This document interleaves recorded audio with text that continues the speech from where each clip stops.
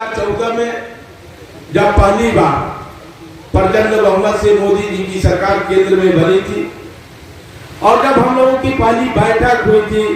Parliamentary party की, तो उस बैठक में माननीय प्रधानमंत्री जी ने किसानों को लेकर के और किसान कैसे आगे बढ़े, हम खेती कैसे सुलभ करें, कैसे किसानों को सुविधा उपलब्ध कराएं, उन्होंने कहा कि किसान हमारी प्राथमिकता में सर्वोच्च स्थान पर है। और उसी के अनुरूप जब काम शुरू हुआ, सॉइल हेल्थ कार्ड बनने लगे, मिट्टी की जांच होने लगी, कृषि विज्ञान केंद्र जो निष्क्रिय हो गए थे वो सक्रिय किए गए और जब किसान भाइयों को उनके अनुसार सुविधा मिलने लगी और जो सरकार की प्राथमिकता थी कि हम किसान को आगे बढ़ाने के लिए हर तरह की सुविधा उपलब्ध कराने का काम करेंगे, वो जब 2017 में उत्तर प्रदेश में सरकार बन जाती है और जब हमारे यशस्वी मुख्यमंत्री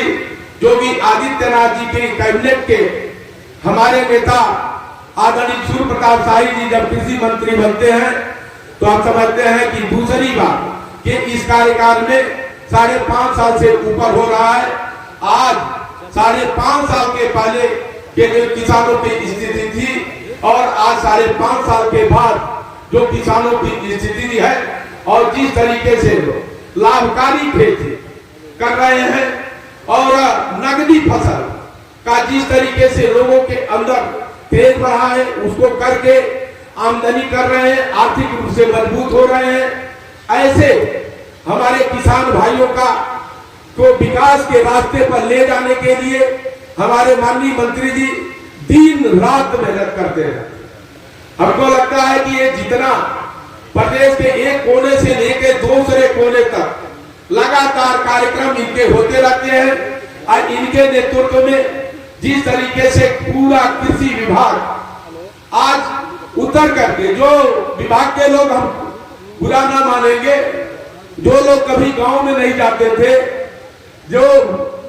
लोगों के किसानों के बीच जा करके जिस तरह से काम करना चाहिए, ये 5.5 साल में करना शुरू कर दिए हैं। इसलिए हम अधिकारियों को भी बधाई देंगे कि आप लोगों ने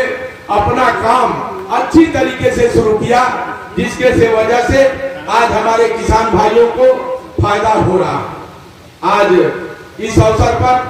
हम इतना ही कहना चाहेंगे कि आदरणीय हमारे कृषि मंत्री सूर्य प्रताप शाही जी के नेतृत्व में जिस तरीके से हमारे उत्तर प्रदेश के किसान भाई आत्मनिर्भर हो रहे हैं और जो प्राकृतिक खेती के तरफ हम बढ़ रहे हैं, ये बहुत ही जरूरी है हमारे स्वास्थ्य के लिए, आने वाली पीढ़ियों के लिए। हम बहुत खाद का उपयोग कर लिए, हम बहुत रासायनिक खादें डाल करके उत्पादन बढ़ाए।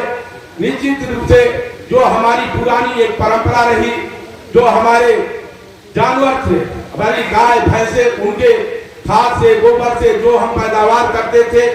हमको उस तरफ अपने स्वास्थ्य को देखते हुए और धरती माता के स्वास्थ्य को देखते हुए निश्चित रूप से हमें उस तरफ लौटना होगा। और जब लौटेंगे तो ये प्राकृतिक खेती की जो बात चल रही है, उस प्राकृतिक खेती को भी करके हम अपनी आमदनी दूनी कर सकते हैं, आत्मनिर्भर बन सकते हैं, आर्थिक रूप से सशक्त हो सकते हैं। और एक बात ये हमारे पूर्वांचल में बहुत जरूरी किसान भाई हैं, जब हम लोगों की गेहूं की पैदावार हो जाती है, गेहूं कट जाता है या धान कट जाता है, तो ये जो पराली जलाने की बार बार सरकार भी अनुरोध करती है, सभी लोग जागरूकता फैलाते हैं, करते हैं। हम इतना कहते हैं कि जिस धरती माता को हम मां मानते हैं, जो धरती माता हमें अन्न उगा करके हमको भोजन देती है, उसी धरती माता के सीने में हम आग लगा दें, ऐसा नहीं करना चाहिए। धरती माता को बचाना है तो पराली न जलाने का संकल्प आप जरूर लें। आप सबको बहुत बहुत धन्यवाद। जय हिंद, जय भारत।